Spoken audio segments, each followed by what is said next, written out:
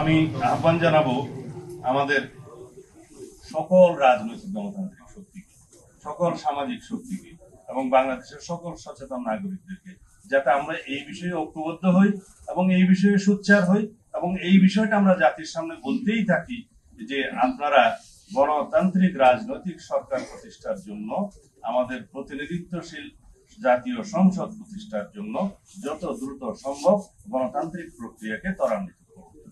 এবং সেই দায়িত্ব বর্তমানে বাংলাদেশের মানুষ গণ অভ্যুত্থানের মধ্য দিয়ে, অন্তর্বর্তীকালীন সরকারের প্রতিষ্ঠার মধ্য দিয়ে তাদের উপরে ন্যস্ত করেছে। এবং আমরা এখন যদিও এ নিয়ে তাদের পক্ষ থেকে আশ্বস্ত হয়েছি যে তারা ডিসেম্বরের মধ্যে জাতীয় সংসদ নির্বাচনের জন্য তাদের সমস্ত কর্মকাণ্ড সাজাচ্ছেন, কিন্তু সেই কর্মকাণ্ডগুলো প্রকাশিত নয়।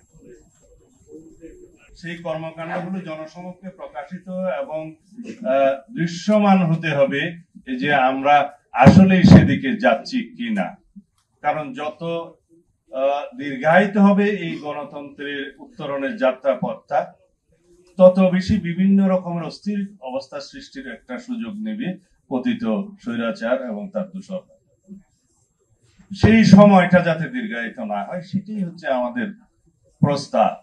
এখন অনেকেই বলে, আমি বিভিন্ন পত্রিকা, বিভিন্ন রিপোর্টে, সোশ্যাল মিডিয়াতে পত্রিকা দেখি যে ওনারা শুধু নির্বাচন করছেন এবং সংস্কার ছাড়া নির্বাচন। সংস্কার তো আমরা চাই, আমরাই সবচাইতে আগে সংস্কার প্রস্তাব দিয়েছি।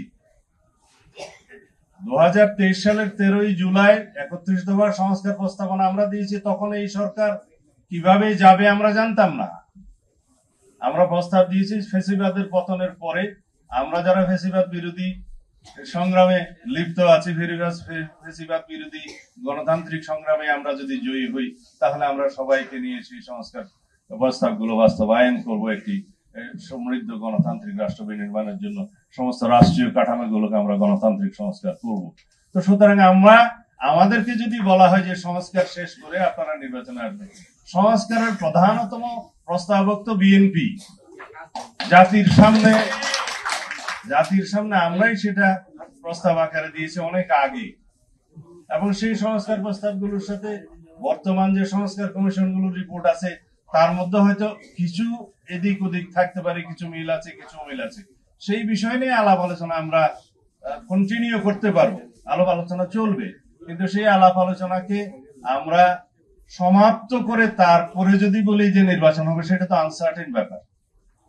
সেই জন্যই আমাদের উদ্বেগ হচ্ছে যে সংস্কার যেগুলো নির্বাচনমুখী সেগুলো আমরা চিহ্নিত করি এবং সেগুলোর উপরে আমরা গুরুত্ব দেই, বাস্তবায়ন করি।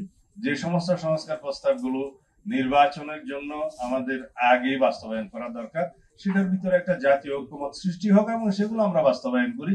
এবং আমরা একই সাথে নির্বাচনের প্রস্তুতি সহ নির্বাচনের রোডম্যাপ আমরা প্রদান করি এবং তার প্রেক্ষিতে জাতি আশ্বস্ত হোক। জাতির মধ্যে একটা অস্থির ভাব আছে, সেটা চলে যাক এবং অর্থনীতির অস্থিরতা চলে যাক, অর্থনীতির সমস্ত সরবরাহ ব্যবস্থা যেন নিশ্চিত হয়।